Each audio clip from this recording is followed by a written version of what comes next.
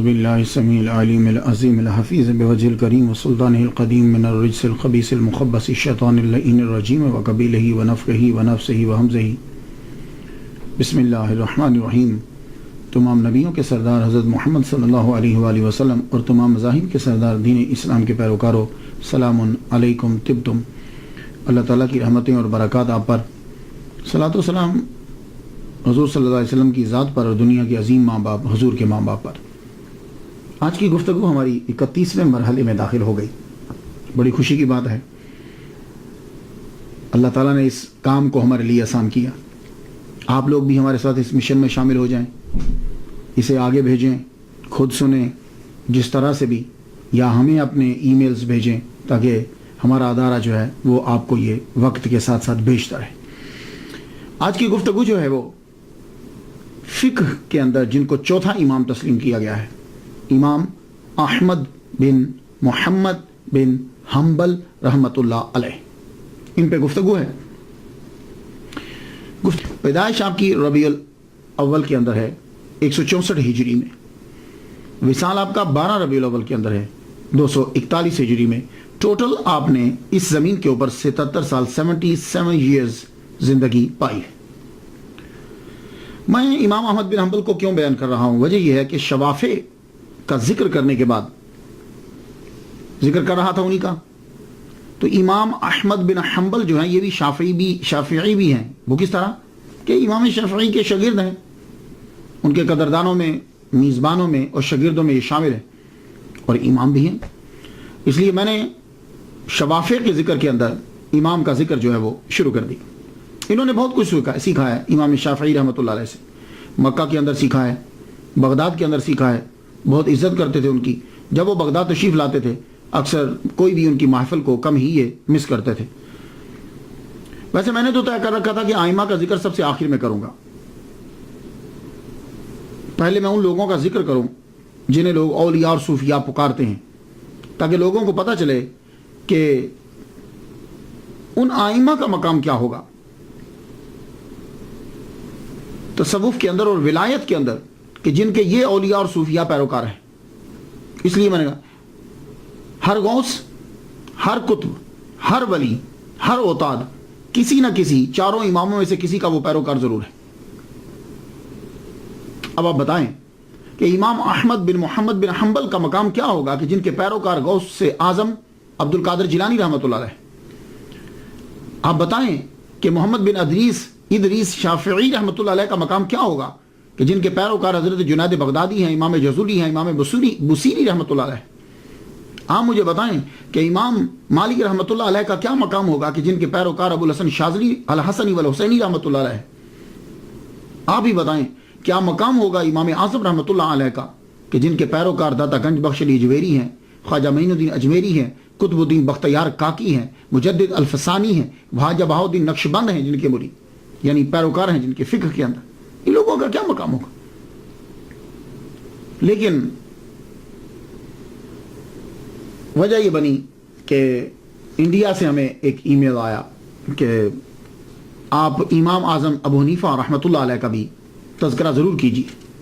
تو میں نے پھر سوچا کہ چلیے آئمہ کا ذکر بھی جو ہے وہ کرتے چلے جاتے ہیں۔ تو آج چونکہ شوافع کا ذکر تھا، اس لیے امام احمد بن محمد بن حنبل رحمۃ اللہ علیہ کا ذکر چوتھے فقہ کے اندر، ان کو فقہ کا امام تسلیم کیا گیا چوتھے نمبر کے اندر۔ آپ کا پورا نام احمد، اصل نام آپ کا احمد ہے، محمد آپ کے والد گرامی کا نام ہے، حنبل آپ کے دادا کا نام ہے، احمد بن محمد بن حنبل بن ہلال الشیبانی اشعری رحمۃ اللہ علیہ۔ آپ کے نام کے اندر زیادہ تر ہم جب بولتے ہیں تو امام احمد بن حنبل کہتے ہیں۔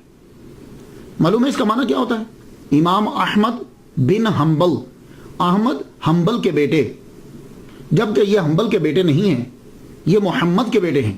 ان کے والد کا نام محمد ہے، محمد بیٹے ہیں حنبل کے، حنبل ان کے دادا کا نام ہے۔ تو جب ان کے دادا کا نام ہے تو پھر احمد بن محمد کیوں نہیں کہتے، احمد بن حنبل کیوں کہتے ہیں؟ ایک وجہ سن لیجئے، ناموں کے اندر یہ ہوتا ہے عرب میں کہ جو شجرہ نسب کے اندر جو کوئی مشہور ہوتا ہے اس کا نام لے لیتے ہیں۔ اب جیسے امام شافعی اب یہ جو شافعی ہیں یہ گرینڈ فادر ان کے ابا کا نام ہے شافعی، وہاں کا نام امام شافعی نے اختیار کر لیا. تو اسی طرح امام احمد جو ہیں ان کے دادا کا نام حنبل ہے، وہ گورنر تھے، مشہور تھے، ان کا نام امام احمد نے اختیار کر لیا. اور یہ طریقہ بھی ہے. محمد مصطفیٰ صلی اللہ علیہ وآلہ وسلم ایک مرتبہ آپ کسی غزوہ میں ہیں تو آپ فرماتے ہیں کہ انا نبی لا کذب، انا ابن عبد المطلب، کہ میں جھوٹا نبی نہیں ہوں، میں عبد المطلب کا بیٹا ہوں. حضور عبد المطلب کے بیٹے تو نہیں ہیں، حضور کے ابا کا نام تو عبداللہ ہے، عبد المطلب تو دادا ہے، لیکن چونکہ عبد المطلب سردار تھے تو آپ نے خود کو متعارف کروایا ان سے. تو باپ کا باپ بھی تو باپ ہی لگتا ہے نا. اب آپ سمجھ کے ہوں گے. تو امام احمد بن محمد بن حنبل ہے، لیکن دادا چونکہ زیادہ مشہور تھے اس لیے امام احمد بن حنبل کے نام سے مشہور ہو گئے. یہ اصل میں حنبل ہے، اصل جو ہے ہا نون با لام ہے، لیکن لا یہ ہے کہ جب نون ساکن کے بعد با آ جاتی ہے تو وہ نون میم بن جاتی ہے. تو اس کو لکھتے تو نون ہیں، پڑھتے میم ہے. ہن بل ہے لیکن ہم بل پڑھیں گے. اب شیبانی بھی آپ کے نام کے ساتھ نام آتا ہے، شیبانی. یہ شیبانی جو ہے یا نسبت کی ہے شیبان، بنو شیبان، اصل میں یہ قبیلہ ہے عرب کا. جب حضرت عمر رضی اللہ تعالیٰ عنہ نے بصرہ آباد کیا تھا، عراق کا شہر، تو وہاں آپ نے کچھ قبائل بھیجے تھے. تو یہ جو بنو شیبان تھے نا، یہ انہوں نے جا کے بصرہ کو آباد کیا تھا، وہاں کے صحراؤں میں، وہاں جا کر یہ رہے تھے. تو بصرہ میں حضرت عمر کے دور کے اندر حضرت امام احمد بن محمد بن حنبل رحمۃ اللہ علیہ کا خاندان آ گیا تھا حضرت عمر کے دور کے اندر ہی، بصرہ میں ہی. تو وہ بنو شیبان تھے، اس کی وجہ سے آپ کو شیبانی بھی کہا جاتا ہے. تو آپ کے آباء و اجداد بصرہ کے اندر آئے. یہ بصرہ آج بھی بڑا مشہور ہے، عراق کا بڑا مشہور شہر ہے. یہ کویت اور ایران کے قریب ہے بالکل. 2007 کے مطابق اس کی آبادی جو ہے وہ 9,52,441 ہے اس کی، یعنی آپ اس سے آبادی سے، پاپولیشن سے اندازہ لگا لیجئے. اور یہ بغداد کے بعد عراق کا سب سے بڑا شہر ہے. آپ کے دادا حنبل یہ سرگس کے گورنر رہے ہیں اموی دور حکومت کے اندر. تو کہتے ہیں کہ بصرہ سے یہ آپ کے دادا، آپ کے بڑے، یہ خراسان، پھر مرو، پھر بغداد، اس طریقے سے یہ ہجرت، دوبارہ ہجرت پھر کی. پہلے تو بصرہ آ گیا خاندان، پھر سرغس، خراسان میں بھی یہ رہے، مرو، پھر اس کے بعد بغداد میں آخر میں یہ آ کر امام احمد بن محمد بن حنبل رحمۃ اللہ علیہ پہنچ گئے. آپ کے جو والد گرامی محمد ہیں یہ خراسان میں فوج کے اندر اعلیٰ عہدے پر فائز تھے. خراسان کے اندر آپ کے والد گرامی کا 30 سال کی عمر میں انتقال ہو گیا. امام احمد بن محمد بن حنبل رحمۃ اللہ علیہ کی پیدائش سے کچھ روز پہلے یا کچھ روز بعد. اب یہ جو خراسان میں آپ کے والد گرامی تھے، یہاں سے اختلاف ہو گیا جائے پیدائش کے اندر کہ امام احمد بن حنبل کی جائے پیدائش کون سی ہے، یہاں اختلاف ہو گیا. لیکن یہ بات تو طے ہے کہ آپ کے والد گرامی خراسان میں اعلیٰ عہدے پر فائز تھے آرمی کے اندر. اب عرب کے جتنے لوگ ہیں وہ یہ فورس کرتے ہیں اور کوشش کرتے ہیں کہ امام احمد بن حنبل کو بغداد میں ہی پیدا کیا جائے. لیکن کچھ لوگوں نے یہ کہا کہ امام احمد بن حنبل خراسان کے اندر پیدا ہوئے. خراسان میں آپ کے چاہنے والے بھی بڑے تھے، خراسان کے اندر آپ کی فکر بھی مشہور ہوئی، خراسان کے اندر ہی آپ کے فتاوی مشہور ہوئے. تو کچھ چکر تھا خراسان کے ساتھ، کچھ چکر تھا.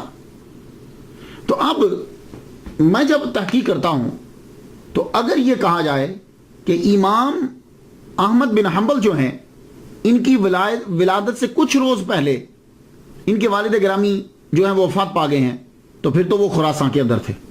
تو کچھ روز پہلے وفات پائی تو پھر تو خراسان کے اندر ہی پیدا ہوئے. اور اگر یہ کہا جائے کہ کچھ روز بعد وفات پائی تو اب یہ ہے کہ اتنی جلدی یہ یہاں کیوں آ گئے. وہ تو خراسان میں ان کی ڈیوٹی تھی، وہ چھوڑ کر ڈیوٹی بغداد میں تو نہیں آئیں گے کیونکہ بوڑھے تو ہیں نہیں ہیں، 30 سال کے ینگ ہیں، تو خراسان میں ڈیوٹی ہی تو کر رہے ہیں. تو اب یہ جھگڑا کہ وہ بغداد میں ہوئے یا خراسان کے اندر، میں یہ کہتا ہوں کہ بھائی دیکھو ٹھیک ہے، مان لیتے ہیں کہ جگہ کی وجہ سے فرق پڑتا ہے. اب ایک بچہ امریکہ میں پیدا ہوا ہے، ایک بچہ مدینہ میں پیدا ہوا ہے، ایک بچہ پاکستان میں پیدا ہوا ہے، فرق تو پڑے گا. لیکن کچھ ہستیاں ایسی ہوتی ہیں کہ وہ جگہ کے محتاج نہیں ہوتی، وہ جہاں پیدا ہو جائیں ان کی ولادت کی وجہ سے وہ جگہ افضل ہو جاتی ہے. ہاں، تو اس لیے امام احمد بن حنبل وہ ہستی ہیں کہ وہ جہاں پیدا ہوں گے وہ جگہ ہی افضل ہو جائے گی. تو اس لیے اس میں فکر کرنے کی ضرورت کوئی خاص نہیں ہے. وہ خود عربی ہیں تو اب کیوں جہاں مرضی پیدا ہوں، اس سے کوئی فرق نہیں پڑے گا. تو آپ کے والد گرامی کا جب انتقال ہو گیا خراسان کے اندر، آپ 30 سال کی عمر ہے، تو آپ کی والدہ پھر وہاں سے آپ کو بصرہ لے آئیں. کیوں؟ اس لیے کہ بصرہ میں رشتہ دار رہتے تھے، تو عراق میں واپس لے آئیں. عراق میں آپ تشریف لائے، وہاں رہے، پھر وہاں سے بغداد میں آ گئے. امام احمد بن محمد بن حنبل رحمۃ اللہ علیہ، آپ نے ابتدا میں، اب چونکہ غربت ہے، والد گرامی کا سایہ تو سر سے اٹھ گیا ہے، کہ ابتدا میں جتنا پڑھ سکتے تھے پڑھا. قرآن مجید حفظ کرنا ہے، قرآن کا پڑھنا ہے، لیکن بہت سلو سپیڈ دیکھتا ہوں میں. جب میں کتب پڑھتا ہوں تو امام احمد بن محمد بن حنبل رحمۃ اللہ علیہ کی پڑھنے کے اندر سپیڈ جو ہے وہ شروع کے 15 سال کے اندر تقریباً بند ہے. اس کی اب وجہ وہی ہو سکتی ہے کہ حالات ٹھیک نہیں ہیں. معاشی حالت جو ہے وہ بہت انتہائی کمزور ہے. کیوں؟ والد گرامی جو چیز چھوڑ کر گئے ہیں پیچھے، وہ کپڑا بننے کا ایک کارخانہ ہے اور چند دکانیں ہیں. ان ساروں کا کرایہ ملا کر ٹوٹل 17 درہم آتا ہے. ایک دکان کا کرایہ 3 درہم آتا ہے، اور وہ بھی لوگ کبھی دکان کا کرایہ دیتے ہیں، کبھی کرایہ نہیں دیتے. یہ آپ کی معاشی حالت ہے. اب ایسی حالت کے اندر اتنا لمبا سفر کرنا، سفر کے اخراجات، فیسیں، 15 سال تک تو ویسے ہی بند رہے. 15 سال کے بعد پھر آپ نے پڑھنا شروع کیا. سب سے پہلے آپ نے قرآن مجید حفظ کیا. قرآن مجید حفظ کرنے کے بعد آپ نے کتابت شروع کر دی. کتابت جب شروع کی، بہت خوش نویس تھے، بہت خوبصورت لکھتے تھے. اور ویسے بھی پرانے زمانے کے جتنے بھی آئمہ ہیں، علماء ہیں، وہ سب سے پہلے لکھنا سیکھتے تھے، ساتھ ساتھ لکھنا بھی سیکھتے تھے. وجہ کیا ہے؟ اس دور کے اندر جو پڑھا جاتا تھا وہ لکھا بھی جاتا تھا. تو اگر لکھائی جو ہے وہ بری ہوگی تو پھر وہ ان کی کتابیں، کتب جو ہیں وہ یہ لکھیں گے کیسے؟ تو خوش نویس بھی، اچھے لکھنے والے کاتب زبردست ہوتے تھے. آپ دیکھ لیجئے جتنے بھی پرانے. لیکن آج کے دور میں کیا ہوا کہ اب کمپیوٹر آ گیا ہے، ہاتھ سے پینسل قلم سب چیزیں چھین لی، اب کمپیوٹر آ گیا. اب آپ کو وہ لکھائی کی وہ چیزیں نظر نہیں آئیں گی. انتہائی گندی لکھائی جو ہے وہ ہوتی ہے. لیکن میں نے جب پڑھا ہے تو دن کے اندر اسکول کے اندر بھی تختی لکھوائی جاتی تھی، لیکن اب وہ تختی، وہ ساری چیزیں جو ہیں وہ چھین. تو آپ نے لکھنا سیکھا، حفظ کرنا، حفظ کیا. اس کے بعد اب آپ جو ہیں سب سے پہلے آپ نے فقہ کی طرف توجہ دی. فقہ کے لیے آپ سب سے پہلے جن کے پاس گئے، وہی کوئی فقہ کا اور بادشاہ کون ہوگا، استاد کون ہوگا؟ امام اعظم ابو حنیفہ نعمان بن ثابت رحمۃ اللہ علیہ کے شاگرد. ان کے علاوہ فقہ کا دروازہ کون کھولے گا؟ فقہ کے بادشاہ ہیں یہ. تو حنبلی بھی جو ہیں وہ فقہ کے اندر اگر شاگرد ہیں تو امام اعظم نعمان بن ثابت رحمۃ اللہ علیہ کے. آپ نے پھر جا کر امام قاضی ابو یوسف رحمۃ اللہ علیہ سے، جو شاگرد رشید ہیں، جو جانشین، اصلی جانشین ہیں امام اعظم نعمان بن ثابت رحمۃ اللہ کے، ان سے جا کے فقہ سیکھی. تو فقہ سیکھنے کے بعد امام وقی رحمۃ اللہ علیہ کی کتب جو ہیں وہ زبانی یاد کیا. جب آپ نے فقہ پڑھ لی، اس کے بعد آپ حدیث کی جانب توجہ دی. آپ نے حدیث کی جانب، اور اس کا آپ کو شوق بھی بڑا تھا. فقہ کا آپ کو اتنا شوق نہیں تھا، سیکھتے تھے، سیکھا آپ نے، ایک علم کے طور پر سیکھا. امام احمد بن محمد بن حنبل رحمۃ اللہ علیہ کا زیادہ شوق حدیث کی طرف. اب آپ فقہ سیکھنے کے بعد، تو فقہ سیکھنے کے لیے کیوں گئے؟ اس لیے کہ فقہ اور اصول فقہ بہت ضروری ہوتے ہیں احادیث سے مسئلے کو نکالنے کے لیے. اگر آپ کو احادیث یاد ہیں لیکن آپ کو اصول فقہ نہیں آتے، آپ کو فقہ نہیں آتی، تو فائدہ ہی کوئی نہیں. کیوں؟ وہ تو اسی طرح ہی ہے کہ جیسے آپ کی دکان کے اندر تمام چیزیں پڑی ہوئی ہیں لیکن آپ کو علم نہیں ہے کہ ان سے دوائی کس طرح بنانا ہے، یا دوائیاں پڑی ہوئی ہیں آپ کے پاس لیکن آپ یہ نہیں جانتے کہ کون سی کس مرض کے لیے. تو آپ لوگوں نے اگر مسائل کو اخذ کرنا ہے تو فقہ اور اصول فقہ کو پڑھنا ضروری. اسی لیے شوافع، حنابلہ، ایون کہ موالک مالکی کی جمع ہے، موالک جو ہیں شوافع جو ہیں اور حنابلہ جو ہیں سب کے سب جو ہیں وہ فقہ کے اندر محتاج ہیں امام اعظم نعمان بن ثابت رحمۃ اللہ علیہ. اس کے اندر کوئی تعصب کرے تو الگ بات ہے، لیکن اگر حقیقت تو تسلیم کرنا پڑے گی. تو یہ فقہ سیکھنے کے بعد اب حدیث مبارکہ سیکھنے شروع کیا. سب سے پہلے آپ روانہ ہوئے حدیث سیکھنے کے لیے بصرہ روانہ ہو گئے، بغداد سے بصرہ 186 ہجری میں. احادیث یاد کرنا آپ نے شروع کی. 3 لاکھ حدیث جو ہے وہ امام احمد بن حنبل نے یاد کر لی. 3 لاکھ حدیث یاد کر لی. 194 ہجری میں آپ نے بصرہ ہی میں السعید القطان سے بھی علم آپ نے سیکھا. بصرہ کے بعد اب حجاز کی جانب بھی آپ گئے ہیں. حجاز میں آپ نے 191 سے 194 تک جو ہے وہ قیام کیا ہے. 4 سال آپ نے قیام کیا. وہاں حجاز کے اندر بھی آپ نے حدیث اور فقہ سیکھی ہے دونوں. وہیں آپ کی ملاقات جو ہے وہ امام شافعی رحمۃ اللہ علیہ کے ساتھ سب سے پہلے ہوئی تھی. 4 سال آپ اس کے بعد پھر بصرہ واپس آ گئے. 197 ہجری میں واسطہ سے دوبارہ حجاز گیا. مسجد خیف میں سفیان بن عیینہ سے ملاقات ہوئی. انہوں نے جب آپ کی صلاحیت کو دیکھا تو آپ کو فتویٰ دینے کی اجازت دی. یہ 197 ہجری کی بات کر رہا ہوں. تو گویا کہ آپ حجاز کے اندر بارہا گئے ہیں اور طویل قیام کیا آپ نے حجاز کے اندر اور حدیث سیکھنے کے لیے. امام یزید بن ہارون سے بھی آپ نے سیکھا. ابن جوزی رحمۃ اللہ علیہ کا یہ کہنا ہے، جب انہوں نے مناقب لکھے ابن جوزی کا یہ کہنا ہے کہ 414 اساتذہ سے امام احمد بن محمد بن حنبل رحمۃ اللہ علیہ نے سیکھا ہے. لیکن امام ذہبی رحمۃ اللہ علیہ نے جب مناقب لکھے ہیں تو وہ یہ کہتے ہیں کہ 280 اساتذہ سے آپ نے سیکھا ہے. آپ کے اساتذہ کے اندر امام شافعی رحمۃ اللہ علیہ کا بھی شمار ہوتا ہے، جن سے آپ نے خاص طور پر ناسخ منسوخ یہ علم جو ہے وہ آپ نے ان سے سیکھا. آدمی جب سیکھنے کے لیے نکلتا ہے آدمی کو مشکلات تو آتی، لیکن ایک بات یاد رکھیے، جب بھی کبھی علم سیکھنے کے لیے نکلے، یورپ اور امریکہ کے لوگ ادب کو بھول گئے. یہ تو نہ ٹیچر کی عزت کرتے ہیں نہ ٹولز آف نالج کی عزت کرتے ہیں، اس لیے کسی کے پاس علم نہیں ہے.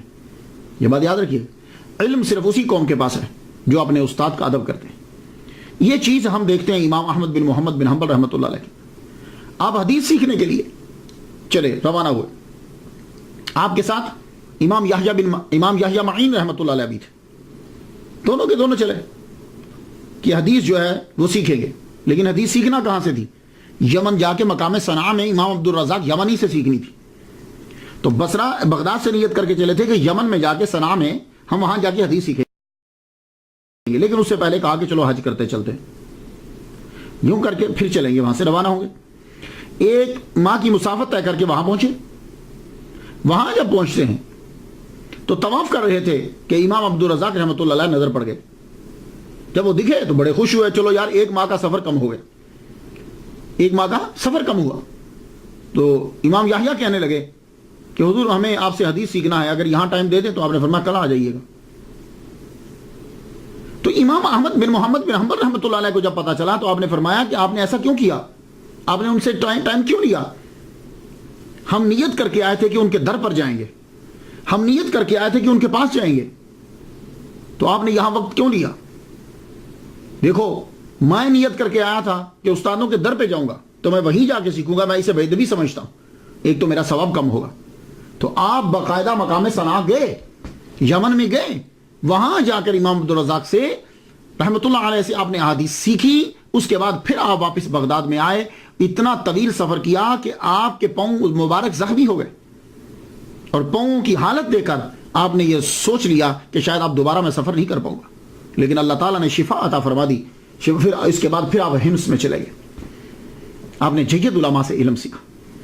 اساتذہ کے ناموں سے پتہ چل جاتا ہے کہ یہ شاگرد کتنا عظیم ہے کہ جس کے استاد اتنے عظیم ہیں کہ جن کی زیارت کرنا ہی اس بات کی دلیل ہے کہ اس کے پاس کچھ نہ کچھ علم ضرور ہوگا. تو اگر یہ ان کے پاس قیام انہوں نے کیا ہے تو پھر اندازہ لگائیے. قاضی ابو یوسف رحمۃ اللہ علیہ، سفیان بن عیینہ رحمۃ اللہ علیہ، امام وکیع رحمۃ اللہ علیہ، امام شافعی رحمۃ اللہ علیہ، امام عبدالرزاق یمنی رحمۃ اللہ علیہ، شیخ حاسم بن ابی حازم، یہ ان کے بہت بڑے استاد ہیں. 16 سال سے لے کے 20 سال تک انہی سے سیکھتے رہے ہیں حدیث مبارکہ، انہی سے حدیث مبارکہ سیکھے۔ اسی دوران عبد الرحمن بن مہدی سے بھی حدیث مبارکہ سنی، عمیر بن عبداللہ بن خالد سے بھی حدیث مبارکہ سیکھی، ابو بکر بن عیاش سے بھی حدیث مبارکہ سیکھی۔ لیکن حافظ عاصم ان کے پہلے اساتذہ میں سے، یہ بخارا کے رہنے والے تھے، ان کے والد گرامی حجاج بن یوسف کے شیف تھے، تو باپ یہی چاہتا تھا کہ میرا بیٹا بھی جو ہے وہ شیف باورچی بنے۔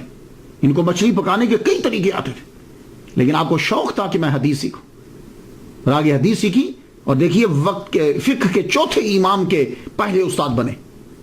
اس لیے علم جو ہے وہ انسان کو بلندی عطا فرما دیتا۔ اس دور کے لوگ یہ نہیں دیکھتے تھے یہ باورچی کے بیٹے ہیں، یہ فلاں کے بیٹے ہیں، نہیں، وہ یہ دیکھتے تھے کہ اس کے پاس صلاحیت کتنی ہے۔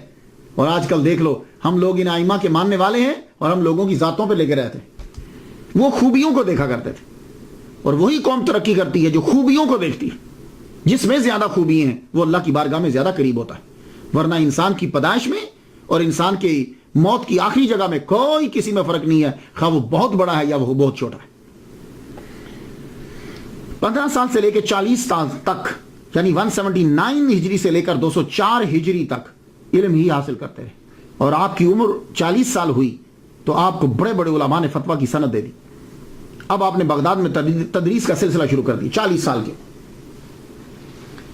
40 سال علم تو بہت لوگ حاصل کرتے ہیں، آپ کو بڑے نظر آئیں گے، تو مدرسے سے جب طلباء نکلتے ہیں کتنا علم ہوتا ہے ان کے پاس، کتنا علم ہوتا ہے، لیکن دیکھنا یہ ہوتا ہے کہ علم عمل میں آیا کہ نہیں آیا۔ اگر وہ پڑھا ہوا علم عمل میں آ جائے تو پھر تو آدمی نے علم پڑھا ہے۔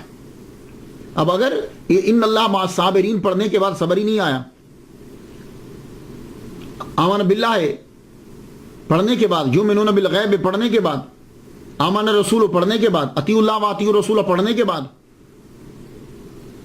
وعلی اللہ فلیتوکل المؤمنون پڑھنے کے بعد، دوسروں کی غیبت نہ کرو پڑھنے کے بعد، یہ چیزیں پڑھنے کے بعد اگر پھر بھی اندر ہیں تو وہ عام لوگوں کی طرح ہی ہے وہ مولوی بھی۔ تو علم جب آدمی پڑھ لے تو اس کو عمل میں آنا ضروری، اس لیے تصوف میں جانا پڑتا ہے۔ تو تمام ائمہ کرام وقت کے بہترین صوفی تھے، زبردست صوفی تھے، تصوف کے ماہر تھے۔ جس طرح وہ فقہ میں ماہر ہیں اسی طرح وہ تصوف میں بھی ماہر تھے۔ اب امام احمد بن حنبل 40 سال جب پڑھ چکے تو اب آپ نے شادی کی، 2 بیویاں آپ کی اور 1 لونڈی۔ اللہ تعالیٰ نے آپ کو 9 بچے عطا کیے، جن میں سے 2 بیٹے، اور آپ کی جب بھی بیٹی پیدا ہوتی تو آپ یہی کہتے مبارک انبیاء زیادہ تر بیٹیوں کے ہی باپ تھے۔ 2 بیٹے اللہ نے آپ کو دیے، ایک عبداللہ بن احمد اور دوسرا صالح بن احمد۔ یہ بڑا بیٹا آپ کا عبداللہ بن احمد جو ہے یہ اصفہان کے جج رہے، وہاں جج لگے۔ یہ علاقہ تہران کے ساؤتھ میں ہے، 340 کلومیٹر دور ہے، تقریباً 16 لاکھ آبادی ہے اس کی، ایران کا تیسرا بڑا شہر ہے یہ اصفہان۔ امام احمد بن حنبل رحمۃ اللہ علیہ کی گزر بسر دیکھ لیجیے، کتنی 2 بیوی ہیں، 1 لونڈی، 9 بچے آپ کے۔ اب گزر بسر کیسے ہوتی ہے، معاشی کیا طریقہ ہے آپ کا، تصوف۔ اب دیکھیے تصوف، ہم علماء کو مولویوں کو سمجھتے ہیں کہ شاید وہ صوفی ہے ہی نہیں ہے۔ دیکھیے گزر بسر، میں نے آپ کو بتایا کہ صرف 1 کارخانہ کپڑا بننے کا چھوڑ کے گئے تھے اور چند دکانیں تھیں، ان دکانوں کا ٹوٹل ملا کر کرایہ جو آتا تھا وہ 17 درہم تھا۔ اب 17 درہم کے اندر اتنی فیملی کو پالنا آسان ہے؟ اور سن لیجئے کرائے کا کیا عالم ہوتا ہے۔ ایک مرتبہ آپ کی کینچی جو ہے وہ پانی میں گر گئی، گہرے پانی میں گر گئی، کینچی کو تلاش کرنے لگے، آپ کو مل نہیں رہی، تو آپ کا دکاندار جو دکان پہ رہتا تھا کرایہ دار، وہ آیا، کہنے لگا میں تلاش کر دیتا ہوں۔ وہ نیچے اتر گیا، کینچی کو لے کر آ گیا۔ آپ نے فرمایا او بھائی تم کتنے ماہ کا کرایہ تم نے نہیں دیا؟ بولا جی 3 ماہ ہو گئے۔ تو آپ فرمانے لگے اچھا چل جا، تو نے مجھے کینچی ڈھونڈ کے دی، میں نے تجھے 3 ماہ کا کرایہ معاف کیا۔ لو، پہلے ملتا ہی 3 درہم ہے کرایہ، تو کتنا بنا 9 درہم، تو وہ بھی معاف کر دیا۔ تو آپ اب خود سوچئے کہ ٹوٹل 17 آتے ہیں درہم، 17 20 لگا لیجیے، تو اب خرچہ کیسے چلے گا؟ اب اور دوسری بات آپ کو تواریخ کی کتب میں ملیں گی آپ کی سیرت میں یہ ملے گی کہ امام احمد بن محمد بن حنبل رحمۃ اللہ علیہ کا یہ طریقہ رہا ہے اور اصول رہا ہے. آپ نے نہ تو کسی شہزادے سے، نہ کسی امیر سے، نہ فقہا کسی سے، بادشاہوں سے، خلیفہ سے، ایون کہ آپ نے اپنے دوستوں سے بھی کبھی تحفہ قبول نہیں کیا. یہ آپ کی احتیاط تھی. اس کا مطلب یہ نہیں ہے، یہ آپ کی احتیاط تھی. کسی کا بھی تحفہ آپ قبول نہیں کرتے تھے. تو پھر کیا ہوا؟ اب مجبوراً آپ کو مزدوری کرنی پڑتی تھی گھر کا خرچہ چلانے کے لیے. اب خود سوچو یار، 40 سال کے وہ ہیں، اب مزدوری کرنے کے لیے نکلتے کہ بچوں کو روٹی بچوں کو دینی ہے. مزدوری کرتے، جتنا ایک کا خرچہ ہوتا کما کے لا کے دے دیتے، اس کے بعد پھر مصروف ہو جاتے پڑھانے میں. اور کبھی کبھی تو ایسا ہوتا کہ مزدوری ملتی ہی نہیں ہے، کوئی بھی کام مل جاتا آپ مزدوری کا کر لیتے. اور کبھی کبھی ایسا ہوتا کہ آپ کو کام مل ہی نہیں رہا، کام نہیں ملا تو پھر معلوم ہے کیا کرتے؟ دور دراز جگہوں میں جب فصل پک جاتی تو وہ جو مالک ہوتے تھے وہ کچھ چھوڑ جاتے تھے غریبوں کے لیے، اور کچھ گرا پڑا چھوڑ جاتے تھے. تو آپ ان سے پوچھتے کیا میں یہ اٹھا لوں؟ وہ اجازت دیتے، ہاں یہ ہماری ملکیت ہے، آپ اٹھا سکتے ہو. تو امام احمد بن حنبل اپنے بچوں کا خرچہ پورا کرنے کے لیے وہاں سے اٹھا کے لاتے. ان سے بڑا صوفی کون ہوگا یار؟ گھر کا خرچہ چلائیں. اور بادشاہ ہزاروں دینار دیتے لیکن قبول نہیں کرتے آپ. کیوں؟ کہ جب ان کا قبول کریں گے تو پھر یہ اپنی بات منوائیں. عبادت، آپ کے بڑے صاحبزادہ یہ کہتے ہیں، عبادت اللہ اکبر جل شانہ. یہ اصفہان کے قاضی کہتے ہیں کہ میرے ابا 300 رکعات جو پڑھا کرتے تھے جب آپ کی عمر اب 40 کے بعد 70 سے پہلے 300 رکعات پڑھا کرتے تھے. اب ہوتا یہ ہے کہ جب کبھی کتابوں کے اندر، پرانی کتابوں میں لکھا جاتا تو اس کا زیرو جو ہوتا تھا ایسے کر کے ڈال دیتے تھے. تو ایسے جب ڈلتا تھا کہیں سیاہی گر جاتی تو ڈیجٹ کے بعد جو زیرو ہوتا ہے نا، وہاں بڑی پرابلم پڑتی ہے. 100 ہے تو 1000 کبھی بن جاتا ہے، 3 ہے تو کبھی 3000 بن جاتا ہے، 300 ہے تو 3000 بن جاتا ہے. 300 رکعات جو ہیں وہ آپ پڑھا کرتے تھے نفل کی. اور پھر جب آپ کی عمر 70 سال ہو گئی تو آپ نے ان کو 100 کر دیا. 5 حج آپ نے پیدل کیے. یہ عبادت کا اندازہ لگائی. 3 پیدل ہیں 2 سواری کے اوپر، 5 حج آپ نے ٹوٹل کیے. آپ عشاء کی نماز کے بعد سوتے، درمیان رات جاگتے اور پھر نوافل ادا کرتے. یہ آپ کا سلسلہ بعد میں تھا 70 کے بعد. پہلے آپ تقریباً عبادت میں بھی لگے رہتے اور پڑھتے بھی رہتے. روزہ، سوموار کو روزہ رکھتے، جمعرات کو روزہ رکھتے، 13 14 15 ہر مہینے کی چاند کی تاریخ جو ہے اس پہ روزہ رکھتے. یہ لازمی تھے آپ کے روزے. اور روزہ افطار کرتے تو آپ کے بڑے بیٹے عبداللہ بیان کرتے ہیں، کہتے ہیں کہ میرے ابا سوکھی روٹی ہوتی مرتبان میں ڈال دیتے، مرتبان میں جب ڈالتے تو اوپر سے پانی ڈال دیتے، پانی ڈالتے وہ سوکھی روٹی تھوڑی سی گیلی ہو جاتی، گیلی ہونے کے بعد اس کو نکالتے، نکال کے سرکے کے ساتھ کھا لیتے یا نمک کے ساتھ کھاتے. یار کتابوں والے کیوں فرق کرتے ہیں علماء میں اور صوفیاء میں؟ امام احمد بن محمد بن حنبل رحمۃ اللہ سے بڑا صوفی کون ہوگا یار؟ تو سرکے کے ساتھ یا نمک کے ساتھ اس روٹی کو کھا لے. اور اساتذہ کا ادب انتہا درجے کا. اگر اساتذہ کا ادب نہیں ہے تو علم نہیں آتا. امام شافعی رحمۃ اللہ علیہ جب کبھی بغداد میں شریف لاتے، آپ ان کے سامنے دوزانوں بیٹھے رہتے، اور جب اٹھ کے جانے لگتے تو آپ ان کے خچر کے ساتھ ساتھ پیدل چلتے تھے. یہ ادب کم کا. حضور صلی اللہ علیہ وآلہ وسلم آج کے دور کے اندر تو پتہ نہیں امام احمد بن حنبل کے پیروکار کیا سوچتے ہوں اسے، لیکن انہیں چاہیے کہ اپنے امام کی اس سنت کو تو دیکھیں. امام احمد بن حنبل رحمۃ اللہ علیہ کے پاس 3 حضور کے منہ مبارک تھے. 3 جب کبھی آپ بیمار ہوتے ان منہ مبارک کو لے کے پانی میں ڈبوتے، ڈبو کے پانی پی جاتے، اللہ آپ کو شفا عطا فرماتا. کیوں؟ اس لیے کہ یہ صحابیات کی سنت ہے اور صحابہ کی سنت ہے. اور پھر آپ ان کو چومتے اور آنکھوں سے لگاتے. جب آپ دنیا سے جانے لگے تو آپ نے یہ کہا کہ دیکھو میری وصیت یہ ہے، 2 منہ مبارک، ایک میری اس آنکھ پہ رکھ دینا اور ایک اس آنکھ پہ رکھ دینا، اور ایک منہ مبارک میرا منہ کھول کے میری زبان کے اوپر رکھ دینا، اور بس تینوں منہ مبارک میرے ساتھ جائیں گے.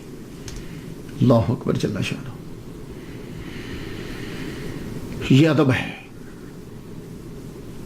تصوف اور امام احمد بن حنبل. اللہ اکبر جل شانہ. عالم با عمل ہوگا تو صوفی ضرور ہوگا، یہ بات یاد رکھیے. کیونکہ تصوف یہی ہے، علم پر عمل کرنا، یہی تصوف ہے۔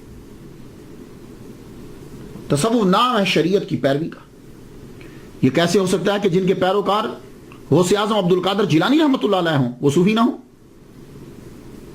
امام شافعی جو خود اوتاد کے مرتبے پر ہیں، وہ آپ کی تعریف کرتے ہیں کہ میں نے امام احمد بن محمد بن حنبل سے بڑھ کر کوئی متقی، پارسا، فقیہ اور محدث نہیں دیکھا۔ امام احمد بن محمد بن حنبل رحمۃ اللہ علیہ صوفیاء سے بہت پیار کرتے تھے۔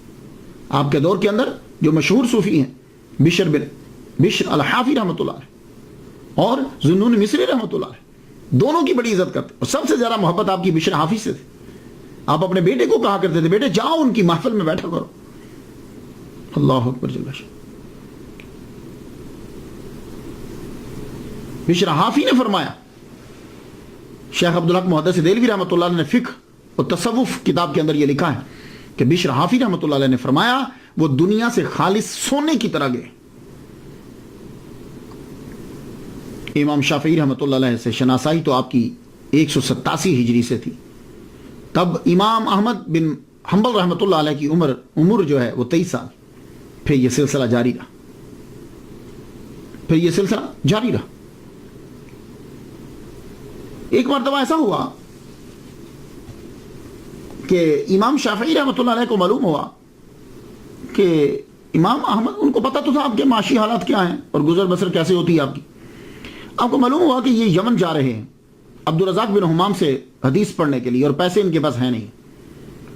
تو امام شافعی رحمۃ اللہ نے اپنا اثر رسوخ استعمال کرتے ہوئے آپ نے ان کو یمن کا قاضی لگوا دیا کہ جب یہ وہاں پہنچیں تو قاضی لگے اور خرچہ جو ہے وہ ملتا رہے گا، تو اس سے حدیث بھی سنتے رہیں گے، علم بھی پڑھ لیں گے اور پاکٹ منی چلتی رہے گی۔ آپ کو جب یہ کہا امام شافعی رحمۃ اللہ نے کہ میں آپ کو یمن کا قاضی لگوا دیتا ہوں، انہوں نے کہا مجھے نہیں لگنا۔ آپ نے سمجھا شاید میری وجہ سے کہہ رہے ہیں، تو آپ نے گورنمنٹ کی طرف سے کہلوایا کہ آپ کو وہاں کا قاضی لگا دیتے ہیں، آپ پڑھتے بھی رہیے گا اور قضا بھی، جج بھی رہیے گا، فیصلے کرتے رہیے گا۔ جب دوسری مرتبہ یہ بات آپ تک پہنچی تو امام احمد بن محمد بن حنبل رحمۃ اللہ علیہ نے امام شافعی رحمۃ اللہ سے کہا ابو عبداللہ سنو، غور سے سنو، اب آئندہ اگر فورس کیا کہ میں وہاں کا قاضی لگ جاؤں تو سنو میں زندگی بھر آپ سے بات نہیں کروں گا۔ اللہ اکبر۔ امام شافعی سمجھ، امام احمد بن محمد بن حنبل رحمۃ اللہ علیہ، آپ کا نام ویسے تو فقہ کے چوتھے امام میں شمار کیا جاتا ہے، 4 اماموں میں چوتھے نمبر پر، لیکن کچھ لوگوں نے یہ کہا کہ آپ فقیہ نہیں تھے، آپ محدث تھے، کیونکہ آپ نے زیادہ تر حدیث کو جمع کرنے میں لگایا اور آپ نے اپنی زندگی کے اندر فقہ کو عروج نہیں دیا۔ یہ ان کا موقف ہے۔ ان لوگوں کے اندر ابن جریر طبری اختلاف الفقہا کے اندر امام احمد کا ذکر ہی نہیں کیا انہوں نے۔ کیوں؟ وہ کہتے تھے کہ یہ محدث ہیں، فقیہ ہے ہی نہیں۔ ایسے بہت سے رائٹر ہیں کہ جنہوں نے فقہا کا تذکرہ کیا، فقہی مسائل کو بیان کیا، لیکن امام احمد بن حنبل کا ذکر ہی نہیں کیا۔ اسی طرح قتیبہ نے اپنی کتاب المعارف میں فقہا کا تذکرہ کیا، لیکن آپ کا تذکرہ نہیں کیا۔ احسن التقاسیم کے اندر تذکرہ ہے دوسروں کا، لیکن آپ کا ذکر نہیں ہے۔ اسی طرح قاضی ایاز رحمۃ اللہ علیہ نے انہیں محدث شمار کیا ہے، فقیہ نہیں۔ وجہ کیا ہے؟ وجہ یہ ہے کہ لوگ فقہ کو جب دیکھتے ہیں تو کسی کو تو امام اعظم، امام شافعی اور امام مالک کے تناظر میں، ان کے تناظر میں دیکھتے ہیں۔ تو اگر ویسے دیکھا جائے تو واقعی ان کا کام تھوڑا سا ٹوٹل ڈیفرنٹ ہے، ان کی طرح فقہ پہ انہوں نے کام نہیں کیا۔ یہ تو ہر ایک کو تسلیم کرنا پڑے گا۔ ظاہری زندگی کے اندر کوئی مسئلہ پوچھتا تو آپ حدیث کو نکالتے تھے، حدیث پڑھ کر سنا دیتے۔ یہی وجہ ہے کہ ایک مرتبہ آپ کا یہ مسئلہ ہے کہ من ترک الصلاۃ متعمدا فقد کفر، کہ جو نماز چھوڑتا وہ کافر ہو جاتا ہے۔ تو امام شافعی رحمۃ اللہ نے پوچھا جب وہ کافر ہو جاتا تو مسلمان کیسے ہوگا؟ کیا لگے نماز پڑھ کے؟ تو آپ نے کہا جب وہ کافر ہو گیا تو کافر کی نماز تو صحیح ہوتی نہیں ہے، تو چپ ہو گیا۔ تو آپ صرف حدیث پڑھ دیتے تھے، اس کے ظاہری معنی لیتے تھے، آگے نہیں جاتے تھے، یا صحابہ کا کوئی مسئلہ ہوتا تو وہ بیان کر دیتے تھے۔ بہرحال ایسا آپ کی لائف کے اندر ہوا کہ آپ نے فقہی مسئلہ بیان کیا، کسی نے آگر پوچھا تو آپ نے انکار کر دیا یا اس سے رجوع کر لیا۔ آپ بس حدیث کے اوپر جو ہے وہ زور دیتے تھے۔ یہ میں نے بہت پڑھنے کے بعد، کوئی 400 صفحات پڑھنے کے بعد آپ کو یہ بات میں بتا رہا ہوں۔ اگر آپ تحقیق کرنا چاہیں تو پھر آپ بہت سی کتابوں میں پڑھ سکتے ہیں۔ اللہ تعالیٰ نے آپ کو شہرت جو ہے دوران تعلیم ہی دے دی تھی. لوگ آپ کو جانتے تھے، جہاں آپ جاتے آپ کی علم کا شہرا تھا. 3 لاکھ حدیث آپ کو زبانی یاد تھی. آپ نے بغداد میں جب تدریس شروع کی تو چاروں طرف سے لوگ آپ کے پاس آنے لگے. جگہ کم پڑ گئی تو جامع مسجد کے اندر آپ نے تدریس شروع کر دی. آپ پڑھایا کرتے تھے. آپ کے حلقے کے اندر ہزاروں کی تعداد ہو گئی. 500 تو صرف اس کے اندر وہ لوگ تھے کہ جو دوات لے کر بیٹھتے تھے، اور یہ بڑی بات ہوتی تھی.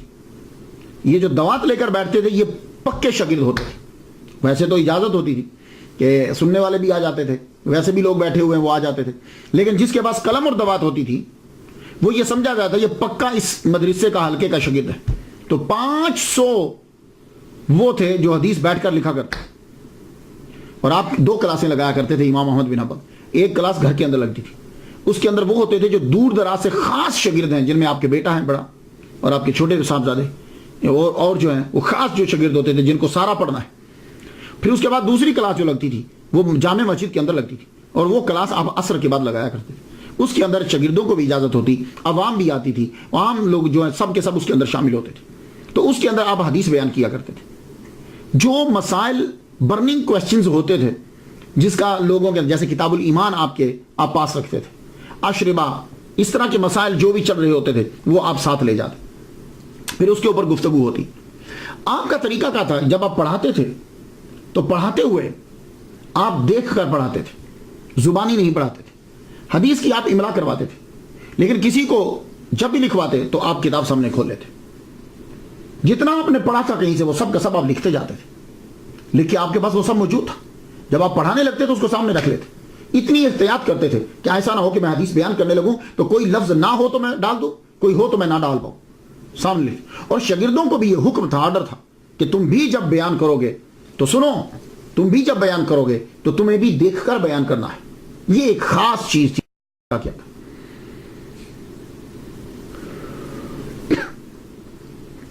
اسی لیے امام علی المدینی وہ جب پڑھانے لگے، آپ کے بہت بڑے شاگرد ہیں، تو کہا کرتے تھے میرے سردار امام احمد نے فرمایا کہ دیکھ کر حدیث جو ہے وہ بیان کرو. اور یہ خاص طور پر آپ کے حلقہ کے اندر یہ حکم تھا کہ کوئی میری حدیث کے ساتھ فتویٰ نہ لکھے. یہ جو چیزیں ہیں نا، اس لیے لوگوں نے آپ کو فقیہ شمار نہیں کیا. کوئی فتویٰ نہیں لکھے. ہاں فتویٰ دیتے تھے لیکن حدیث کے ساتھ کوئی لکھے نہیں. حدیث صرف حدیث لکھو. اللہ اکبر جل شانہ. حضور صلی اللہ علیہ وسلم نے 40 سال میں باقاعدہ تبلیغ شروع کی. ویسے تو اچھی اچھی باتیں تو آپ بتاتے رہتے تھے، لیکن باقاعدہ آپ نے 40 سال میں تو یہی اس سنت پر بھی عمل کیا. امام کب کے 3 لاکھ حدیثوں کو یاد کر چکے تھے، کب کی صلاحیت آپ کے اندر پیدا ہو چکی تھی، لیکن جب 40 سال کے ہوئے تو نبی کی سنت پر عمل کرتے ہوئے تدریس کو شروع کیا. حدیث پر حتی الامکان کوشش کرتے کہ حدیث پر عمل ہو. میں اٹھوں نہ حدیث. حضور صلی اللہ علیہ وسلم کی حدیث ہے کہ آپ نے پچنے لگوائے. پچنے وہ کٹ لگواتے ہیں نا، خون نکلوا. تو آپ نے ابو طیبہ کو رضی اللہ تعالیٰ عنہ کو 1 دینار دیا تھا. تو آپ بھی اسی طرح کرتے، جب پچنے لگواتے تو حجام کو 1 دینار دیتے. آپ کو لونڈی کی ضرورت نہیں تھی. جب آپ نے 2 نکاح کیے ہیں تو اب لونڈی کیوں رکھنی؟ صرف اس لیے کہ حضور صلی اللہ علیہ وآلہ وسلم کے پاس تھی، حدیث کے اوپر عمل ہو جائے. یہ مختصر سی میں نے آپ کو سیرت ان کی بتلائی. اصل جس چیز نے آپ کو مشہور کیا اور آپ کی ثابت قدمی جو ہے وہ ہے مسئلہ خلق قرآن. یہ مسئلہ ہے کیا؟ اصل میں خلق قرآن کا مطلب یہ ہے کہ آواز یہ اٹھائی گئی، دعویٰ یہ کیا گیا کہ قرآن جو ہے وہ مخلوق ہے. جس طرح چاند، ستارے، سورج، انسان، جن مخلوق ہیں، ویسے ہی قرآن بھی مخلوق ہے، کریشن ہے. وہ کہتے ہیں کہ اگر قرآن کو مخلوق نہ مانا جائے تو قرآن قدیم ہوگا. اگر یہ قدیم ہے تو پھر 2 قدیم ہو جائیں گے، اللہ قدیم اور قرآن قدیم. دونوں جب قدیم ہوں گے تو پھر یہ شرک ہو جائے گا. تو ایسی چیزیں جو ہیں وہ اکثر ملائی جاتی ہیں آپس میں، لوگوں کو گمراہ کرنے کے لیے، کافر بنانے کے لیے، قتل کرنے کے لیے، فرقہ برائیت کے لیے. ایسی چیزیں کہ جو سننے میں لگتی ہیں کہ سچی ہیں لیکن ہوتی نہیں سچی. وہ یہ کمال آپ نے دیکھنا ہو تو آپ کبھی عدالت میں جائیں. عدالت میں جب 2 وکیل آپس میں دلائل دے رہے ہوتے ہیں تو وکیل ایسے دلائل دیتا ہے کہ سننے میں سچے لگتے ہیں اور قاتل چھوٹ جاتا ہے. جبکہ وہ دلائل سچے نہیں ہوتے، وہ لفظوں کا ہیر پھیر ہوتا ہے، یہی چکر ہے۔ اب یہ کہا گیا کہ یہ شرک ہو جائے گا، اگلا سننے والا کا واقعی بھائی اللہ بھی قدیم، قرآن بھی قدیم، تو یہ تو واقعی شرک ہو جائے گا۔ اور پھر اس کے اوپر دلائل یک طرفہ ڈھونڈے جاتے ہیں۔ یہ بات یاد رکھیے گا کہ باطل ہمیشہ دلائل ڈھونڈے گا، یک طرفہ ڈھونڈے گا، وہ سارے کو بیان نہیں کرے گا، یک طرفہ۔ اب اس کے لیے دلائل ڈھونڈے گے۔ کہا گیا اللہ قرآن میں کہتا ہے انا جعلناہ قرآنا عربیہ، ہم نے قرآن کو عربی بنایا، ٹھیک ہے؟ تو اب جب بنایا مطلب ہے کہ خالقہ، اچھا خود ہی جعلا کا معنی جعلناہ کا معنی خالقہ کر لیا خود ہی، جبکہ پورے قرآن مجید کے اندر اللہ تعالیٰ نے قرآن مجید کے لیے پورے قرآن کے اندر خالقہ کا لفظ استعمال ہی نہیں کیا۔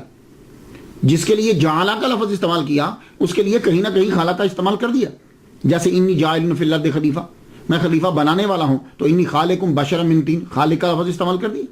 لیکن قرآن مجید کا جب کہا انا جعلناہ قرآنا عربیہ، تو اس کے لیے خلقنا کا ترجمہ لفظ استعمال نہیں کیا۔ وجعلنا اللیل لباسا وجعلنا من الماء کل شیء حی، تو کیسے کہتے ہیں کہ جیسے یہ جالنا ہے، اسی طرح قرآن کے ساتھ بھی جالنا ہے، تو یہ بھی مخلوق وہ بھی مخلوق۔ اور ایک اور وجہ یہ تھی کہ عیسائی یہ کہا کرتے تھے اور پوچھتے تھے کہ بھائی تمہارے قرآن میں عیسیٰ علیہ السلام کے بارے میں کیا لکھا ہے؟ تو کہا کہتے ہیں کلمۃ اللہ، تو کہتے ہیں اچھا تو یہ کلمۃ اللہ ہے نا، تو اللہ کا کلام جو ہے وہ قدیم ہے، تو عیسیٰ جو ہے یہ بھی قدیم ہے، تو اللہ کا بیٹا ہوا، گاڈ ہوا، لارڈ ہوا۔ تو اب مسلمانوں نے بجائے اس کے کہ اس کے دلائل دیتے کہ بھائی جب کلمۃ اللہ کہاں ہے تو ساتھ یہ بھی کہا ہے کہ وہ حضرت مریم بھی کھاتی ہیں، حضرت عیسیٰ بھی کھاتے ہیں، یہ بھی تو قرآن کے اندر ہے۔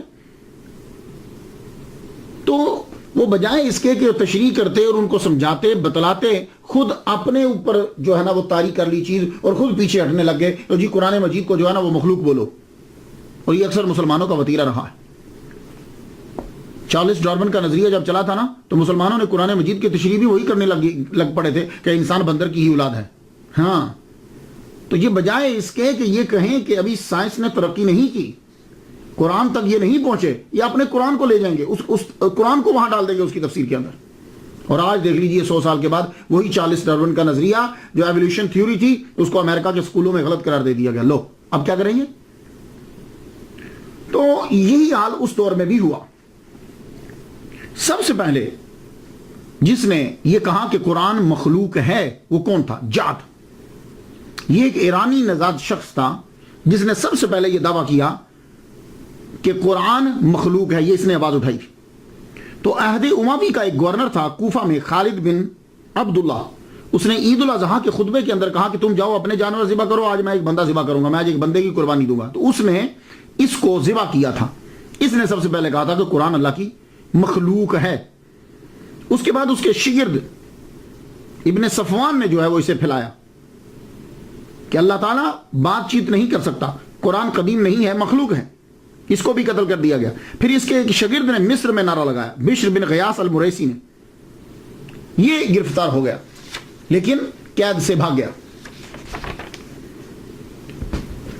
یہ تھی ابتدا کہ قرآن اللہ کی مخلوق ہے۔ میں نے آپ کو ہسٹری میں ابتدا بتا دی، لیکن انڈر گراؤنڈ یہ چیز چلتی رہی۔ یہ چلی کہاں سے؟ اب مجھے نہیں معلوم کہ اس کے پیچھے اخلاص تھا، نیت ٹھیک تھی، یا اس کے پیچھے کوئی اور تھے، لیکن اثرات جو ہیں وہ بہت گندے تھے۔ اور یہ کوئی مسئلہ اتنا ضروری نہیں تھا کہ جس کو اتنے بڑے پیمانے پر اٹھایا جاتا، یہ اتنا ضروری نہیں تھا۔ اب یہ پھیلا کب؟ دیکھیے باطل فرقہ جب اٹھے گا اس کی پہلے یہ کوشش ہوگی کہ میں بادشاہ کو پکڑوں۔ بادشاہ کی حمایت کے بغیر باطل فرقہ کبھی پنپ نہیں سکتا۔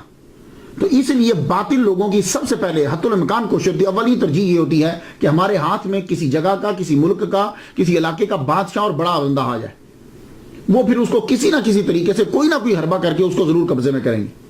ہارون الرشید تک تو یہ بات چلتی رہی، لیکن دبے طریقے سے۔ مامون الرشید کی جب حکومت آئی تو مامون کے دربار کے اندر تمام کے تمام ایرانی تھے، فارس کا اس کے اوپر اثر و رسوخ تھا، دربار کے اندر ہر شعبے کے اندر یہ۔ تو یہ جو غیاث تھا نا، یہ مصری، یہ تیسرے نمبر پہ جو قید سے بھاگ گیا تھا، یہ مامون کے دربار میں پہنچ گیا۔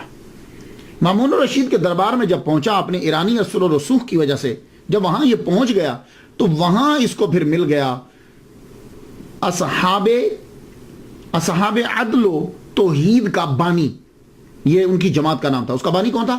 احمد بن ابی داؤد معتزلی۔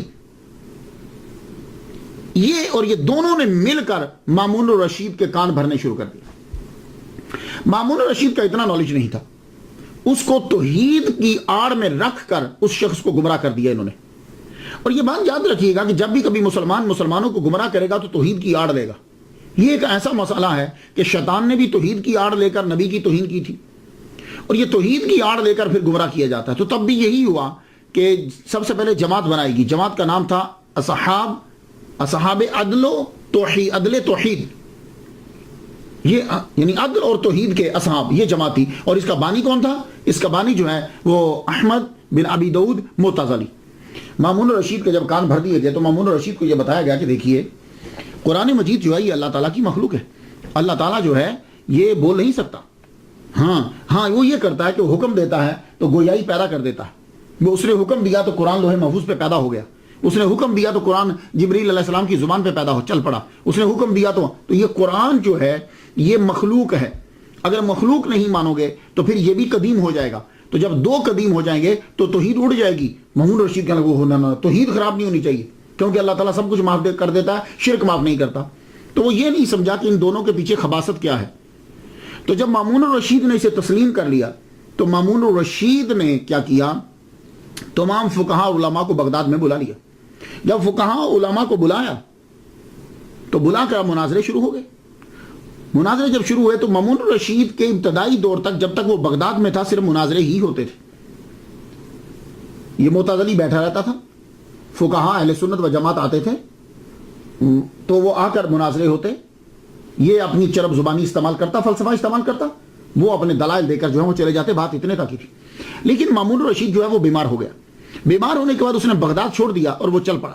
جب وہ بغداد سے چلا گیا اس کے بعد اس کے ابتدائی دور کے اندر آپ دیکھیے گا، جائیے جا کر تواریخ پڑھ لیجئے، آپ کے آخری دور کے اندر بغداد سے جب روانہ ہوتا ہے تو اب اس کے خطوط جاری ہوتے ہیں، آرڈر جاری ہوتے ہیں، علماء پر سزائیں جاری ہو گئی، علماء کو سزا دینے لگ گئے، سزا دینے کی آرڈر، سختی۔ تو وہ آپ ذرا غور سے پڑھیے گا، میں آپ سے یہ کہوں گا کہ آپ ان خطوط کو پڑھیے۔ ایک پہلی بات میں آپ کو بتا دوں کہ بادشاہ خلیفہ جب خط نشر کرتے ہیں تو ان کا خط کتاب نہیں ہوتا، ان کے خط سے جملے مختصر ہوتے ہیں اور آرڈر ہوتا ہے، بس مختصر جملے۔ یہ خط جب آپ پڑھیں گے جو مامون الرشید کے خلق قرآن کے مسئلے میں ہیں، یہ لگتا ہے کسی مولوی نے لکھے ہوئے، کسی فلسفی نے لکھے ہوئے، لمبی عبارتیں، اور اس عبارات کا جو ہے وہ طریقہ یہ بتلاتا ہے کہ خلیفہ کا خط لکھا ہوا نہیں ہے۔ تو بات بھی اصل میں یہ تھی کہ مامون جو ہے وہ آخری عمر میں بیمار ہو گیا، وہ بستر علالت پر تھا۔ یہ جو وزیر ہے احمد بن ابی داؤد معتزلی، یہ وزیر بھی تھا اس کا اور خاص سیکریٹری بھی تھا۔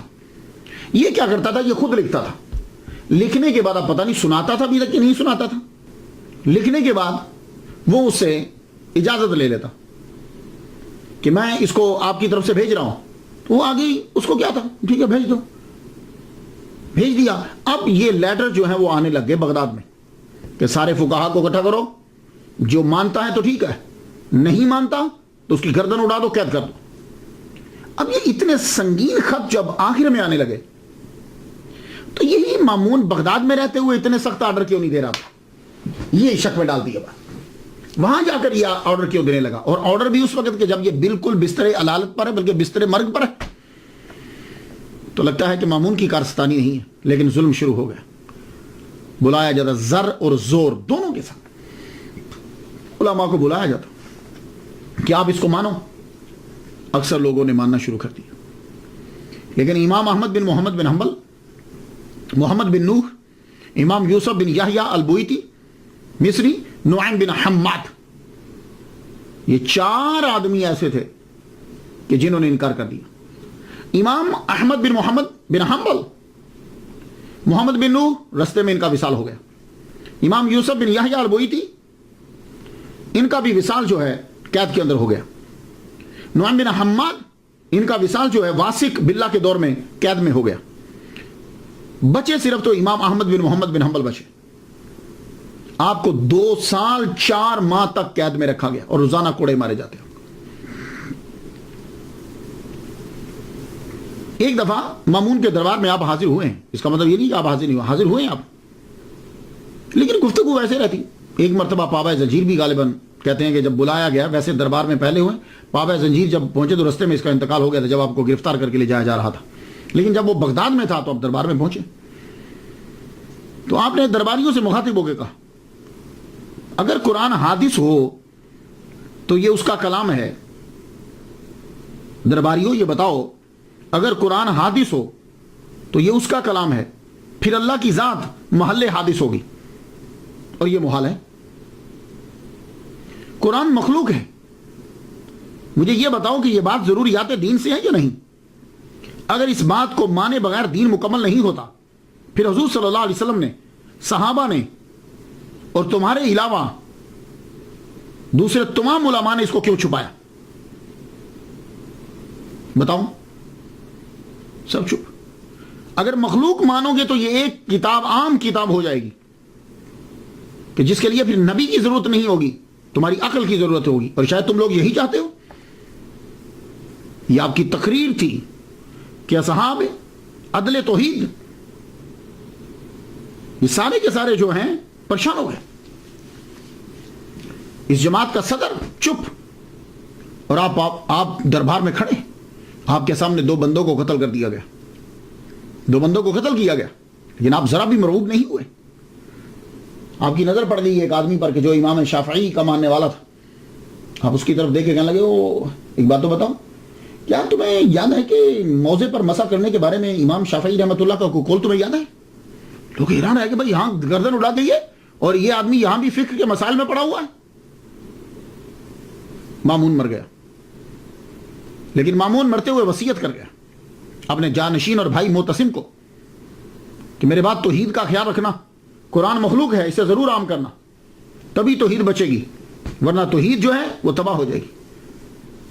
اور عدل و توحید کی جماعت کا بانی احمد بن ابی داؤد معتزلی، اسی کو اپنا سب کچھ سمجھنا، یہی تمہارا وزیر، یہی تمہارا سب کچھ ہے، جو کہے اس کی ماننا. معتصم کا دور آیا، اس کا ظلم بڑھ گیا.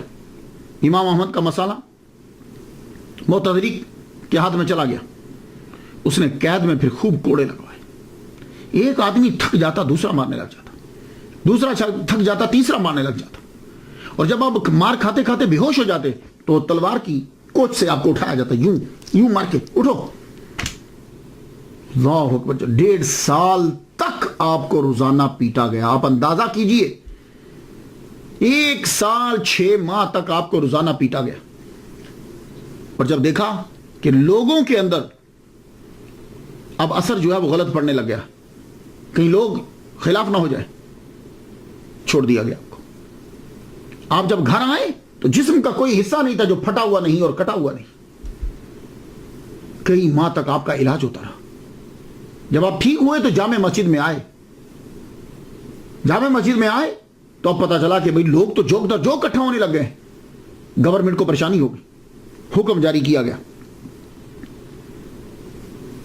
اب جب آپ ٹھیک ہوئے تو معتصم مر چکا تھا، واسق کا دور آ گیا. واسق بھی معتصم کے نقشے قدم پہ چل رہا ہے. تو واسق کا جب دور آیا تو واسق جو ہے نا اس پہ ذرا اثر کم تھا، اتنا زیادہ نہیں، اثر کم تھا، لیکن اثر تو تھا. اب اس نے قید سے تو نکال دیا، لیکن حکم جاری کیا کہ آپ جامع مسجد میں نماز نہیں پڑھ سکتے، آپ گھر سے باہر نہیں نکل سکتے، آپ تدریس نہیں کر سکتے، آپ کسی سے مل نہیں سکتے. گویا کہ گھر کے اندر نظر بند کر دیا گیا.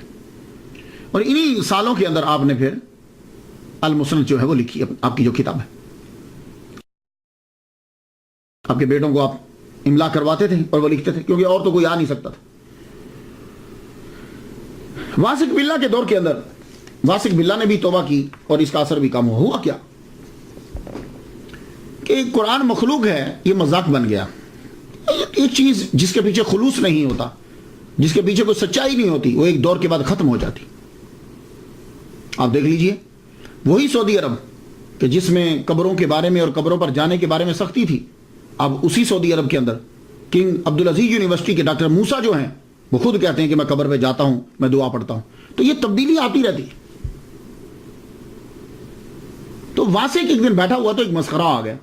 آپ کو پتا ہے بادشاہوں کے درباروں میں مسخرے تو ہوتے ہیں. مسخرہ آ گیا، آگے کہنے لگا، آتا ہی داخل ہوا تو آ کے کرتا ہے، کہتا امیر المومنین اللہ آپ کو قرآن کے بارے میں اجر دے۔ واسی بولا کم بخت، قرآن کوئی مرنے کی چیز ہے؟ کہنے لگا حضور ہر مخلوق نے مرنا ہے، تو قرآن بھی مخلوق ہے، تو امیر المومنین ایک بات بتائیے، قرآن اگر مر گیا تو تراویح میں کیا پڑھیں گے پھر؟ سورا دربار ہنسنے لگ گیا، واسی خود ہنس پڑا۔ اب آپ دیکھیے، اس سے اندازہ لگائیے کہ یہ مسئلہ جو اصحاب عدل و توحید نے اٹھایا تھا وہ کتنا مذاق بن کے رہ گیا، کیونکہ حقیقت ہی نہیں ہے کچھ۔ جب یہ مذاق بن کے رہ گیا تو واسی نے کہا کم بخت، چلو چپ ہو جاؤ، نکل جاؤ۔ پھر ایک مرتبہ ایک صاحب کو گرفتار کر کے لایا گیا، واسی کا دربار لگا کے بیٹھا ہوا، وہ صاحب آئے، آ کے کہنے لگے تم لوگوں کو کافر بنا بنا کے قتل کر رہے ہو، اس بنیادی عقیدے کی حضور کو، صحابہ کو، تابعین کو خبر تھی کہ نہیں؟ اگر خبر تھی تو بنیادی عقیدے کی تبلیغ کیوں نہ کی؟ اگر تم کہو کہ خبر تھی، سکوت کیا، تو پھر تم سکوت کیوں نہیں کرتے؟ اگر بولو کہ ان کو خبر نہ تھی تو بتاؤ اتنا اہم بنیادی مسئلہ جو توحید کو ہلا دے حضور اور صحابہ کو معلوم نہ تھا تو تمہیں کیسے معلوم ہو گیا؟ دربار میں سناٹا چھا گیا، واسی ایک دم اچھلا اٹھا، کہنے لگا واہ واہ، جاؤ معاف کیا، سمجھ آ گئی مجھے۔ خیر، تو واسی کے دور سے یہ جو اصحاب عدل و توحید تھے ان کو سمجھ آ گئی کہ اب ہم توحید کے نام پر لوگوں کو اور بادشاہ کو گمراہ نہیں کر سکتے، اب مسئلہ کمزور ہو گیا۔ تو واسق کے مرتے ہی نظر بندی ختم ہو گئی، نظر بندی بھی ختم۔ 5 سال کے بعد یہ سلسلہ جو ہے وہ ختم ہوا۔ 232 ہجری میں امام احمد بن محمد بن حنبل عزت و وقار کے ساتھ مسند پر جلوہ افروز ہوئے، تعلیم و تبلیغ شروع ہوئی، اور نام و نہاد اصحاب عدل و توحید مٹ گئے۔ جس کو وہ کافر کہتے تھے اس کا نام آج تک زندہ ہے، اور کوئی بھی آدمی معتزلہ کو اچھے نام سے یاد نہیں کرتا۔ آپ نے بہت سی کتابیں بھی لکھی، سب سے بڑی کتاب اور آپ کی بڑی کرامت المسند ہے۔ یہ کتاب آپ نے خود اپنے بیٹوں عبداللہ بن احمد اور صالح بن احمد اور آپ کے بھتیجے حنبل بن اسحاق، جب آپ کی نظر بندی تھی نا تو تب آپ لکھواتے تھے، تو آپ فرمایا کرتے تھے بیٹے حدیث صرف لکھنا، اس کے ساتھ اور کچھ نہیں لکھنا تم نے۔ لیکن جب آپ کی دنیا سے آپ تشریف لے گئے تو پھر آپ کے بیٹے نے بعد میں تشریحات اور فتاوی بھی ساتھ جو ہیں وہ ملا دی، وہ بھی ساتھ لکھ دی۔ 180 ہجری سے جو احادیث آپ نے یاد کرنا شروع کی تھی وہ آپ نے 225 ہجری میں بچوں کو لکھا۔ اس کتاب کے اندر امام احمد نے رحمت اللہ علیہ نے حدیث کو صحابہ کی ترتیب پہ لکھا، جس طرح صحابہ کا مرتبہ تھا، خلفائے راشدین، پھر اس کے بعد تو ایک صحابہ سے جتنی حدیث روایت ہیں وہ آپ نے مسند میں لکھ دی۔ یہ آپ کا ذرا ڈیفرنٹ سٹائل ہے کہ آپ نے ایسا نہیں کیا کہ پہلے وضو، طہارت، وضو، یہ اس طرح کے مسائل، اذان، نماز، نہ، آپ نے کہا پہلا صحابی کون، اس کی جتنی حدیثیں ہیں چاہے وہ جس ٹاپک پہ ساری جمع کر دو، پھر دوسرا صحابی، اس طریقے سے۔ یہ آپ کا طریقہ رہا، کتاب ناسخ منسوخ، کتاب المناسک، کتاب الاعمال، کتاب الزہد، کتاب الفضائل۔ تو امام احمد نے دوسرے ائمہ کی طرح فتاوی اور یہ چیزیں ساری جو تھیں یہ مدون نہیں کی۔ ہاں، اب یہ معلوم نہیں، ہو سکتا ہے کہ آپ کے دور کے اندر جو ہیں وہ لوگ عقل کو استعمال کرتے تھے، آراء کو استعمال کرتے تھے، تو آپ نے کہا کہ میں اتنی مخالفت کروں اس کی کہ لوگ صرف حدیث کو دیکھنے لگ جائیں۔ آپ بھی مجدد ہیں، مجتہد ہیں، تو آپ نے اس کا حل جو ہے وہ یہی جانا شاید۔ تو فقہ کے جتنے فتاوی آپ دیتے تھے، جیسے خراسان میں آپ نے فتاوی جو دیے تھے، بعد میں جب آپ بغداد میں آئے تو آپ نے دیکھا کسی کے ہاتھ میں، تو آپ نے رجوع کر لیا کہ میں نے یہ بیان، میں رجوع کرتا ہوں ان سے۔ اسی طرح یہی وجہ ہے کہ جب امام احمد بن حنبل رحمۃ اللہ علیہ کے فتاوی کو پڑھا جاتا ہے تو تضاد پایا جاتا ہے اس کے اندر، کہ ایک دفعہ آپ نے بیان کیا، دوسری دفعہ۔ خیر میں ان سلسلوں میں پڑھنا نہیں چاہتا، میری تو یہ بتانا ہے، صرف ان کی سیرت کو بتانا ہے کہ انہوں نے محمد مصطفیٰ صلی اللہ علیہ وآلہ وسلم کی حدیث کو اپنایا اور ان کو آگے جو ہے وہ پھیلایا۔ تو ماہ ربیع الاول کی 4 تاریخ کو آپ شدید بیمار ہو گئے، 9 روز تک بیمار رہے۔ بروز جمعہ 241 ہجری 12 ربیع النور کو آپ دنیا سے کوچ کر گئے، اور آپ کی عمر جو ہے وہ 77 سال تھی۔ آپ کی وفات جو ہے وہ جنگل کی آگ کی طرح دنیا میں پھیل گئی، لوگ آ گئے، اتنا جنازہ ہوا کہ کہتے ہیں کہ 8 لاکھ لوگ آئے، عبد الوہاب وراق کہتے ہیں کہ 10 لاکھ لوگ آئے، اور جب جنازے کے لیے صفیں بننے لگی تو بغداد کے اندر کوئی ایسی جگہ نہیں تھی کہ جہاں بندے کھڑے ہوئے نظر نہ آئے، چھتوں پر، گلیوں میں، محلے میں، ایون کہ کشتیوں کے اوپر لوگوں کو کھڑا ہونا پڑا، ہر جگہ آدمی ہی آدمی نظر آ رہے۔ تو آپ کا جو ہے وہ جنازہ پڑھا گیا، تو کہتے ہیں کہ 40,000 غیر مسلموں نے اسلام قبول کر لیا، ہر آنکھ اشک بار تھی آپ کے جانے پر۔ یہ کہ جن کو لوگ کہتے تھے کہ توحید خطرے میں ہے اس کے جملے کی وجہ سے، اگر یہ نہیں مانے گا تو توحید تباہ ہو جائے گی، دیکھو وہ پورا بغداد اس کے جنازے میں شامل ہے۔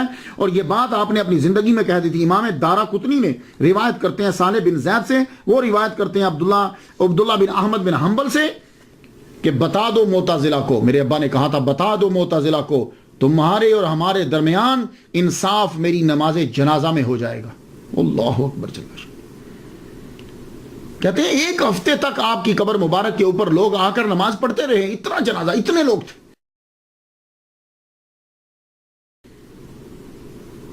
60,000 تو صرف عورتیں بعد میں آئی تھی، جبکہ روکا گیا ان کو کہ نہیں جانا، لیکن نہیں، اتنی عقیدت اور محبت تھی بغداد کے لوگوں کو آپ سے۔